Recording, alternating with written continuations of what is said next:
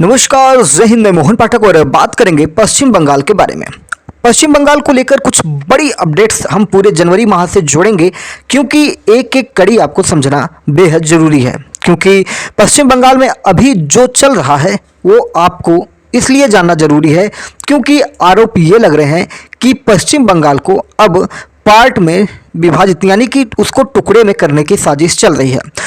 फिलहाल 17 जनवरी 2026 यानी आज के ही दिन भारतीय जनता पार्टी ने पश्चिम बंगाल में मतदाता सूची के विशेष गहन संशोधन यानी कि SIR के दौरान बूथ स्तरीय अधिकारी जो BLO होते हैं कि मौत और हिंसा की घटनाओं के लिए TMC तृणमूल कांग्रेस को जिम्मेदार ठहरा दिया है। अब ये बड़ी बात हो जाती है कि वहाँ की सरकार को जिम्मेदार ठहराया जा रहा है जो लोग वहाँ पे मर रहे थे। भाजपा ने पश्चिम बंगाल में हो रहे घटनाक्रमों से संबंधित 10 राज्यों में कई प्रेस कॉन्फ्रेंस आयोजित की है। अब देखिए, बांग्लादेश में ये पूरा मामला हो रहा है, लेकिन देश के सभी राज्यों में लगभग 10 राज्यों में ये बातें निकल के आ रही हैं। संबित पात्रा का नाम आपने सुना होगा। संबित पात्रा पहले भाजपा के प्रवक्ता हुआ करते थे। टीवी पे आप उन्हें बहुत सुने होंगे। काफ़ी ज्ञानी हैं और UPSC क्वालिफाई हैं और भारतीय जनता पार्टी से इस समय सांसद हैं। पहली बार चुनाव हार गए थे, दूसरी बार चुनाव जीत गए हैं। संबित पात्रा वही हैं जिनको काफ़ी ट्रोल किया गया था जब वो पहली बार चुनाव लड़े थे और एक दलित के घर जाकर उसको खाना खिला रहे थे और उसी हाथ से अपने को खा रहे थे, तो उस पर कई लोगों ने काफ़ी इनका मजाक भी बनाया था। खैर, इस बार वाले चुनाव में वो चुनाव जीत गए थे। लेकिन संबित पात्रा ने आरोप लगाया कि तृणमूल कांग्रेस जो है लोकतंत्र और संविधान को खुलेआम कमज़ोर कर रही है। उन्होंने ये कहा कि हालात इतने गंभीर हो गए हैं कि वहाँ चुनाव अधिकारी भी सुरक्षित नहीं है। उन पर इतना दबाव डाला जा रहा है कि वे लोग आत्महत्या करने पर मजबूर हो रहे हैं। उन्होंने जाधवपुर विधानसभा क्षेत्र के चुनाव अधिकारी अशोक दास के मामले का हवाला दिया। अभी जो ED के साथ इनका हुआ फाइल वाला मामला था, सब कुछ, उन सारी चीज़ों को भी हम डिटेल में समझेंगे। पूरी कहानी को एक एक पार्ट में आप समझते चलिए हमारे साथ। संबित पात्रा ने यह भी कहा कि BLO की मौत जो है वो एक राजनीतिक हत्या थी और उन्होंने राज्य की जनता से लोकतांत्रिक तरीके से उचित जवाब देने का भी आग्रह किया है। आपको बता दें कि ममता बनर्जी ने उसी तपस्या की भूमि को भंग यानी कि 1905 में जो ब्रिटिश शासन के तहत बंगाल के विभाजन का संदर्भ था उसका उदाहरण देते हुए उन्होंने कहा कि जैसी स्थिति में बदल दिया है, यानी कि जिस प्रकार से 1905 में बांग्लादेश की स्थिति थी उस हालात में ले जाने की कोशिश की जा रही है। आज यह कहना अतिशयोक्ति नहीं होगी कि तुष्टीकरण की नींव पर ममता बनर्जी बंगाल को अलग थलग करने का प्रयास कर रही हैं।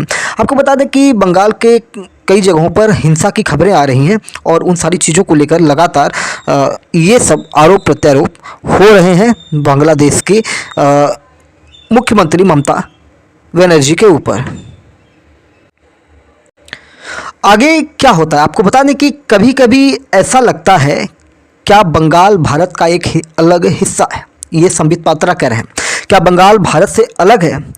संबित पात्रा ने यह भी आरोप लगाया कि जो ममता बनर्जी हैं वो बंगाल को अलग यानी कि विभाजित करने की कोशिश कर रही हैं और वो ये भी कह रहे हैं कि भारत में चाहे जो भी संवैधानिक प्रक्रियाएं अपनाई जाती हों, ममता बनर्जी और तृणमूल कांग्रेस सरकार बंगाल में उन सभी प्रक्रियाओं पर प्रहार कर रही हैं। यानी कि जो अभी हाल ही में ED के साथ हुआ वो भी घटनाक्रम का उन्होंने जिक्र किया। उन्होंने मुर्शिदाबाद में फरक्का में ब्लॉक विकास अधिकारी के कार्यालय पर हुए हालिया हमले का जिक्र भी किया।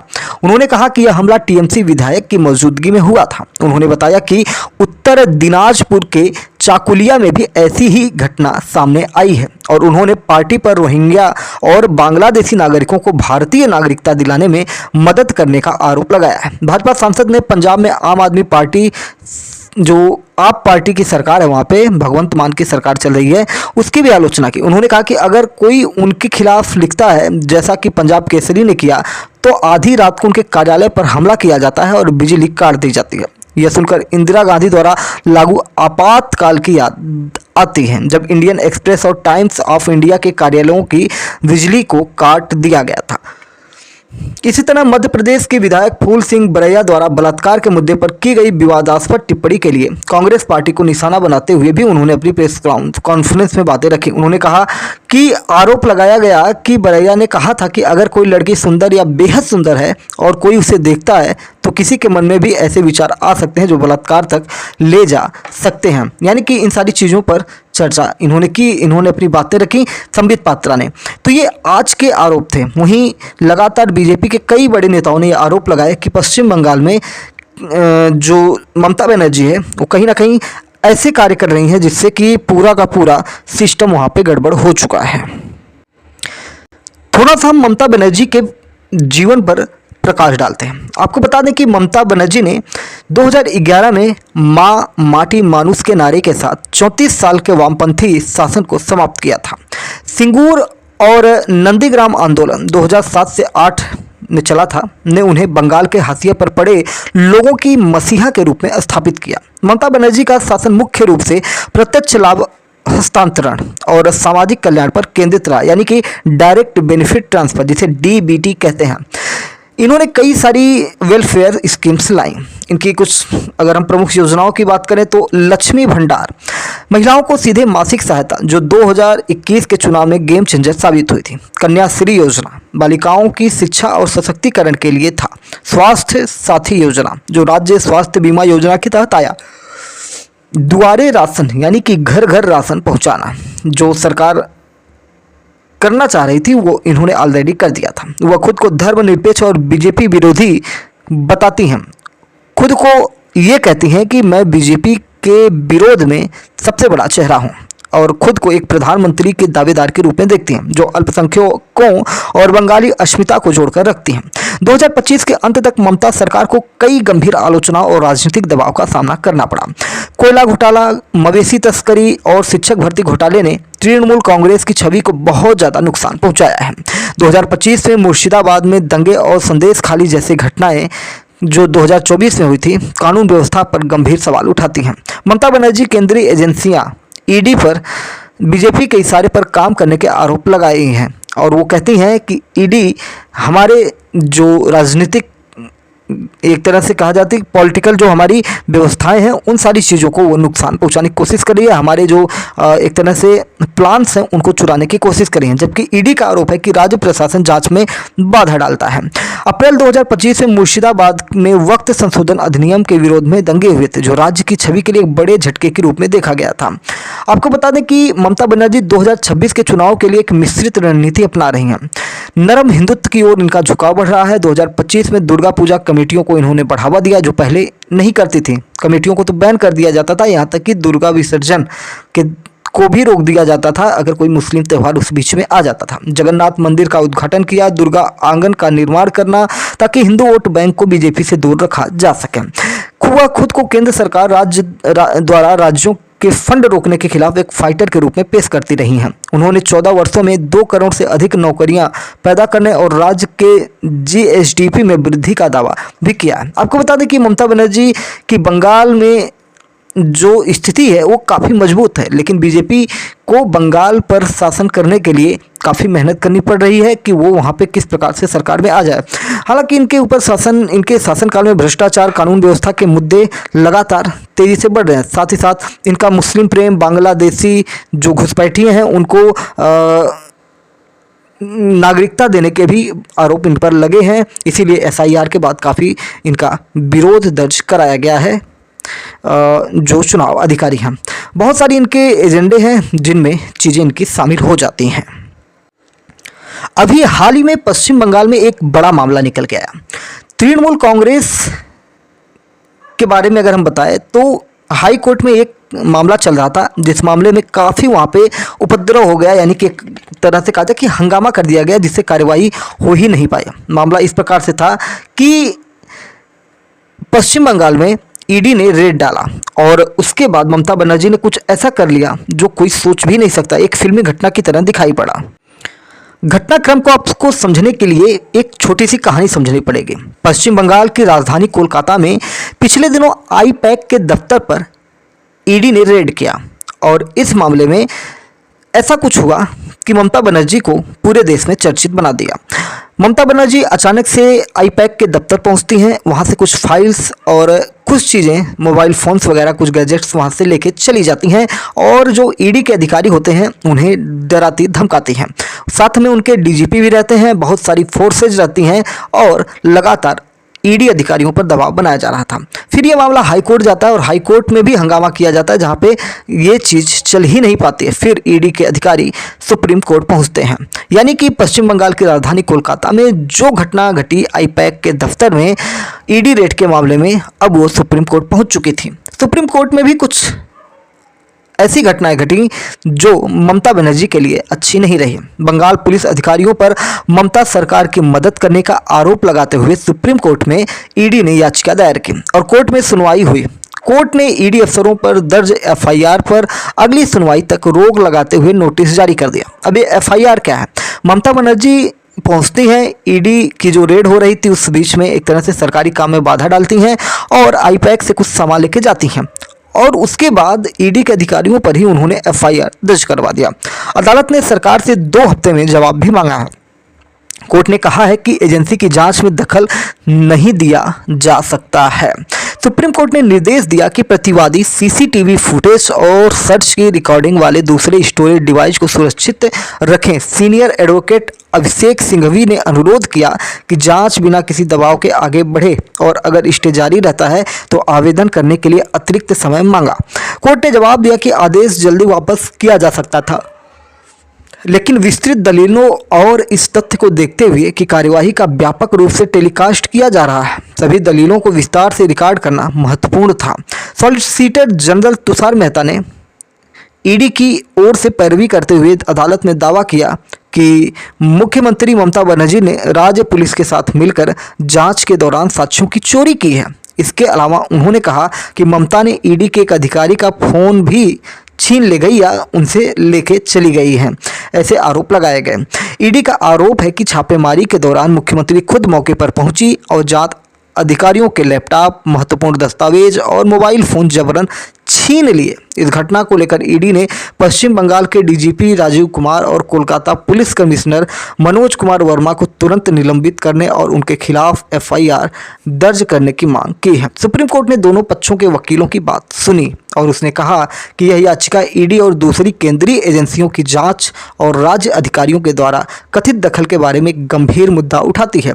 कोर्ट ने जोर दिया कि कानून का राज बनाए रखने और हर एजेंसी को आज़ादी से काम करने के लिए इस मामले की जांच होनी चाहिए, जिससे यह पक्का हो सके कि किसी भी राज्य की सुरक्षा की आड़ में अपराधियों को बचाया न जाए। बेंच ने यह भी कहा कि इसमें कानून के बड़े सवाल शामिल हैं और उन्हें बिना सुलझाए छोड़ने से स्थिति और खराब हो सकती है, जिससे एक या ज़्यादा राज्यों में अराजकता फैल सकती है। क्योंकि ईडी जहां भी जाएगी वहां के मुख्यमंत्री पहुंचेंगे, डीजीपी पहुंचेंगे और ईडी के अधिकारियों के फ़ोन, लैपटॉप्स, बैग वगैरह लेके भाग जाएंगे। तो कोर्ट ने कहा कि इसको हल्के में हम नहीं लेंगे, इस पर हम पूरा संज्ञान लेकर रहेंगे और इस पर कार्रवाई भी करेंगे। कोर्ट ने जोर दिया कि किसी भी एजेंसी को चुनाव के काम में दखल देने का अधिकार नहीं है, लेकिन जब कोई केंद्रीय एजेंसी किसी गंभीर अपराध की जांच के लिए ईमानदारी से काम कर रही हो तो पार्टी के काम की आड़ में गतिविधियों को उसकी शक्तियों में रुकावट नहीं डालनी चाहिए। सुप्रीम कोर्ट ने नोटिस जारी किया और निर्देश दिया कि 3 दिनों के अंदर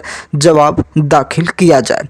ईडी की तरफ से दी गई दलीलों में कहा गया कि राज्य की मशीनरी का इस्तेमाल केंद्रीय एजेंसियों के कामकाज में बाधा डालने के लिए एक पैटर्न की तरह किया जा रहा है। कोर्ट अब इस मामले में संवैधानिक मर्यादाओं और कानून व्यवस्था की स्थिति की समीक्षा कर रही है।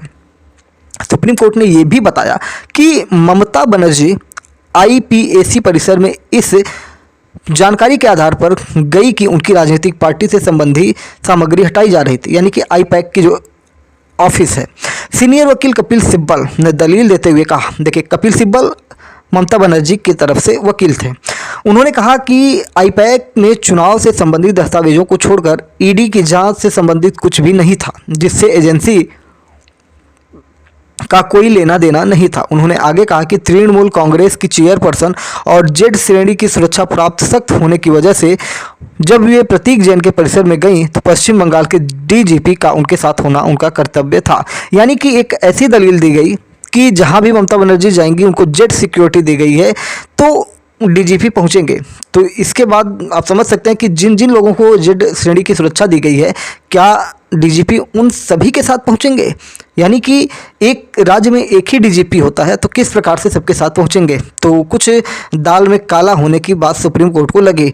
सुप्रीम कोर्ट ने प्रवर्तन निदेशालय यानी कि ईडी की दलीलें रिकॉर्ड की, जिसमें कहा गया कि जब ईडी के अधिकारी आईपीएसी ऑफिस में रेड कर रहे थे, तब कोलकाता पुलिस के डिप्टी कमिश्नर, पुलिस कमिश्नर और बाद में मुख्यमंत्री ममता बनर्जी पीएमएलए सर्च में दखल न देने के साथ साफ अनुरोध के बावजूद परिसर में घुस गए। ईडी ने कहा कि यह कोई अकेली घटना नहीं थी और सीबीआई जांच के दौरान एक पिछले मामले का हवाला दिया, जिसमें केंद्रीय एजेंसियों द्वारा जांच किए जा रहे परिसरों में दखल देने का एक पैटर्न भी दिखाया कि जो भी केंद्रीय एजेंसियां पश्चिम बंगाल पहुंचती हैं, वहां की लोकल गवर्नमेंट क्या करती है, उनको परेशान करती है, डराती है, धमकाती है, मुकदमे दर्ज करती है। यह भी बताया कि ईडी द्वारा इकट्ठा किए गए सबूतों को गैर कानूनी तरीके से ले जाया गया और पश्चिम बंगाल पुलिस ने ईडी अधिकारियों के खिलाफ एफआईआर दर्ज की है। एसजी ने कहा कि इस तरह के दखल से केंद्रीय एजेंसियों के लिए बड़े घोटालों से जुड़े मामलों की जांच करना मुश्किल हो जाता है। ईडी ने कोर्ट को यह भी बताया कि जब यह मामला कलकत्ता हाई कोर्ट में दायर किया गया, तो तृणमूल लीगल सेल्स ने कथित तौर पर व्हाट्सएप मैसेज भेजकर समर्थकों को कोर्ट में इकट्ठा होने का निर्देश दिया, जिससे कार्यवाही में और बाधा आई। यानी कि जब हाई कोर्ट में मामला लेकर ये लोग जाते हैं, तो वहाँ पे क्या करते हैं कि जो इनके लोग होते हैं, वो लोग बहुत सारे लोगों को व्हाट्सएप ग्रुप में मैसेज भेज कर फॉरवर्ड कर करके लोगों की भीड़ वहां पे इकट्ठा कर लेते हैं। ईडी ने आरोप लगाया कि पश्चिम बंगाल की मुख्यमंत्री ममता बनर्जी आरोपी हैं और उन्होंने राज्य के डीजीपी राजीव कुमार की मौजूदगी में चोरी की है। आईपैक छापे को लेकर राजीव कुमार को सस्पेंड करने की ईडी की याचिका पर बहस करते हुए एजेंसी की ओर से पेश हुए एएसजी राजू ने घटना की सीबीआई जांच की मांग की। उन्होंने कहा, पश्चिम बंगाल में निष्पक्ष जांच नहीं होगी क्योंकि मुख्यमंत्री, डीजीपी वगैरह पर आरोप लगे हुए हैं। एएसजी ने कहा कि आरोपों की गंभीरता के बावजूद मुख्यमंत्री या सीनियर पुलिस अधिकारियों के खिलाफ कोई एफआईआर दर्ज नहीं की गई है। उन्होंने आगे कहा कि अगर राज्य पुलिस एफआईआर दर्ज भी करती है तो उसकी जांच और कार्रवाई इस तरह से की जाएगी जिससे भरोसा नहीं होगा। भाई, जो राजा है वही उसी के अंडर में तो सब कुछ चीज़ें चल रही हैं। मुख्यमंत्री और डीजीपी से बड़ा कौन है? पश्चिम बंगाल सरकार और पुलिस की तरफ से पेश हुए सीनियर वकील अभिषेक मनु सिंघवी ने कहा कि पश्चिम बंगाल की मुख्यमंत्री ममता बनर्जी जेड क्लास यानी कि जेड प्लस सिक्योरिटी प्रोटेक्टिव है, जिसका मतलब है कि वह जहां भी जाएंगी पुलिसकर्मी उनके साथ रहेंगे। सिंघवी ने सुप्रीम कोर्ट से कहा, चाहे वह मुख्यमंत्री हो या किसी पार्टी के अध्यक्ष, वह जेड क्लास प्रोटेक्टिव हैं। सुप्रीम कोर्ट ने आईपैक की सुनवाई के दौरान जुबानी जंग छिड़ गई, जिसमें ईडी ने कोर्ट से अपील करते हुए कहा कि वह ऐसे मामलों में वकीलों को मीडिया से बात करने से रोकने के लिए साफ गाइडलाइन बनाने पर विचार करें जिनमें वे पेश हो रहे हैं। ईडी ने सॉलिसिटर जनरल तुषार मेहता के जरिए दलील दी कि प्रेस कॉन्फ्रेंस के जरिए पब्लिक कमेंट्री चल रही है, कार्रवाइयों को प्रभावित कर सकती है और न्यायिक प्रक्रिया को कमजोर कर सकती है। इस दलील का जवाब देते हुए वकील कपिल सिब्बल ने पलटवार किया कि ऐसी कोई भी रोक जांच एजेंसी पर भी समान रूप से लागू होनी चाहिए। सीबीआई और ईडी जैसी एजेंसियां नियमित रूप से अपनी पसंद के पत्रकारों को चुनिंदा जानकारी लीक करती हैं। कपिल सिब्बल ने कहा, उन्हें पता था कि वहां चुनावी सामान है, इसलिए वे वहां गए। उन्हें पता था कि उस ऑफिस में एक कॉन्ट्रैक्ट के तहत गोपनीय चुनावी सामान है। यह ईडी की तरफ से पूरी तरह से गलत इरादे से किया गया काम है। कपिल सिब्बल ने कोर्ट का ध्यान तलाशी के दौरान बनाए गए पंचनामे की ओर भी दिलाया और बताया कि ईडी ने उस जगह से किसी भी दस्तावेज या सामान को जब्त करने का रिकॉर्ड नहीं किया। जब बेंच ने कहा कि अगर एजेंसी का इरादा सामान जब्त करने का होता तो वे ऐसा करते, तो सिब्बल ने जवाब दिया कि अधिकारी औपचारिक रूप से दस्तावेज जब्त किए बिना भी तस्वीरें ले सकते थे। यानी कि सारा मामला अब तस्वीरों तक पहुंच चुका था। वहीं पश्चिम बंगाल की मुख्यमंत्री ममता बनर्जी ने राजनीतिक कंसल्टेंसी फर्म आईपैक के ऑफिस पर हाल ही में हुई ईडी की रेड को गलत इरादे से की गई कार्रवाई बताया। उन्होंने आरोप लगाया कि केंद्रीय एजेंसी को पूरी तरह पता था कि उस जगह पर चुनाव से जुड़ा संवेदनशील और गोपनीय सामान रखा है। सुप्रीम कोर्ट में बहस करते हुए बनर्जी और तृणमूल कांग्रेस की ओर से पेश हुए सीनियर कपिल सिब्बल ने कहा कि ईडी ने जानबूझकर आईपैक ऑफिस में तलाशी ली, जबकि उन्हें पता था कि वहां कॉन्ट्रैक्ट के तहत गोपनीय चुनावी डेटा रखा है। एनफोर्समेंट डायरेक्टरेट ने सुप्रीम कोर्ट को बताया कि पश्चिम बंगाल की मुख्यमंत्री ममता बनर्जी में आपत्तिजनक सबूत लेने की हिम्मत थी जो चोरी के बराबर था, और फिर इसके लिए सार्वजनिक रूप से एजेंसी पर आरोप लगाया। इस पर सुप्रीम कोर्ट ने कहा कि यह एक गंभीर मामला है और वह दोनों पक्षों की दलीलें सुनना चाहता है। पश्चिम बंगाल की मुख्यमंत्री ममता बनर्जी ने आईपैक पर ईडी की छापेमारी पर सवाल उठाते हुए कहा कि एजेंसी 2 साल बाद राज्य में क्यों आई और आने वाले विधानसभा चुनाव से ठीक पहले तलाशी क्यों ली। बनर्जी की तरफ से पेश हुए कपिल सिब्बल ने कहा कि जो हो रहा है उससे हम परेशान हैं। ईडी ने बंगाल आने के लिए 2 साल तक इंतजार क्यों किया? यह सिर्फ पूर्वाग्रह पैदा करने के लिए है। रेड के दौरान मौके पर ममता बनर्जी के पहुंचने से कपिल सिब्बल ने कहा कि ईडी पहले से ही वहां थी और मुख्यमंत्री दोपहर 12 बजे आई और 12:15 पर चली गई। कथित दखलंदाजी पर सवाल उठाते हुए ईडी ने पूछा कि ऐसा क्या छिपाया जा रहा था कि मुख्यमंत्री ममता बनर्जी को पुलिस के साथ जबरदस्ती घुसना पड़ा। सॉलिसिटर जनरल तुषार मेहता ने कहा कि उन्हें नहीं पता कि ऐसे कड़े कदम उठाने की क्या जरूरत थी। उन्होंने आरोप लगाया कि मौजूदा मुख्यमंत्री पुलिस कमिश्नर के साथ परिसर में घुसी, कानून व्यवस्था का उल्लंघन किया और जाने से पहले डिजिटल डिवाइस और 3 आपत्तिजनक दस्तावेज अपने कब्जे में ले लिए। उन्होंने कहा कि घटना की एक रिपोर्ट तैयार की गई थी और दस्तावेज डीजीपी और पुलिस मुख्यालय सहित सीनियर अधिकारियों को दिखाए गए थे। मेहता ने जोर देकर कहा कि तलाशी पीएमएलए की धारा 17 के तहत की गई थी, जिसमें अधिकारियों ने अपनी पहचान ठीक से बताई थी। उन्होंने तर्क दिया कि आपत्तिजनक सामग्री को हिरासत में लेना चोरी के बराबर है, खासकर जब बाद में इसे सार्वजनिक रूप से स्वीकार किया गया। उन्होंने कोर्ट के सामने दावा किया कि यह कोई अकेली घटना नहीं थी और ऐसी कार्रवाई दोबारा न हो, यह सुनिश्चित करने के लिए हस्तक्षेप करने का आग्रह किया। सॉलिसिटर जनरल ने कोर्ट को यह भी बताया कि हंगामे की वजह से हाई कोर्ट की सुनवाई स्थगित कर दी गई थी। इसके बाद टीएमसी और ईडी के वकील आपस में बहस करने लगे थे। ऐसी स्थिति को देखकर सुप्रीम कोर्ट ने कहा कि यहां हंगामा मत करिए। एसजी ने आरोप लगाया कि कोर्ट में हंगामा अचानक नहीं हुआ था। टीएमसी के लीगल सेल ने इसकी प्लानिंग की थी, लोगों को आने के लिए मैसेज भेजे थे। मैसेज भेजा गया था जिसमें लिखा गया था कि सब लोग आओ। कोई कोर्ट की टिप्पणी करते हुए कहा कि क्या कोर्ट को जंतर मंतर बना दिया गया है। सॉलिसिटर जनरल ने आगे कहा, टीएमसी की याचिका की सुनवाई से पहले हाई कोर्ट में हालात देखिए। अदालत को एंट्री के बारे में एक एडवाइजरी जारी करनी पड़ी थी। यहां तक कि एएसजी को भी अंदर नहीं आने दिया जा रहा था, उनका माइक म्यूट किया जा रहा था। इस पर कोर्ट ने कहा कि माइक तो कोर्ट के कंट्रोल में होता है। ईडी का आरोप है कि उनके वकील एएसजी को ठीक से बहस करने की इजाजत नहीं दी गई। हाई कोर्ट के सामने उनका माइक म्यूट किया जा रहा था। यानी कि सब मिला जुलाकर पश्चिम बंगाल में इस समय केंद्र और राज्य विवाद चल रहा है। केंद्र सरकार की एजेंसियां जो होती हैं उन सबको लेकर लगातार मामले गंभीर होते जा रहे हैं और अब देखने वाली बात होगी कि आगे आगे होता क्या है, क्योंकि पश्चिम बंगाल अब हमारे नज़र में रहेगा। और आज से ही हम एक प्लेलिस्ट बनाएंगे जो पश्चिम बंगाल विधानसभा चुनाव तक चलने वाला है। तो प्लेलिस्ट में पहला वीडियो यही हम डालते हैं कि क्या क्या घटनाएं वहाँ पे हुई थी अभी तक की, फिर इसके बाद की जो भी घटनाएं होती रहेंगी वो हम आपको बताते रहेंगे। जय नमस्कार, भारत माता की जय। चैनल पर नए तो चैनल को सब्सक्राइब करना बिल्कुल भी ना भूलिएगा।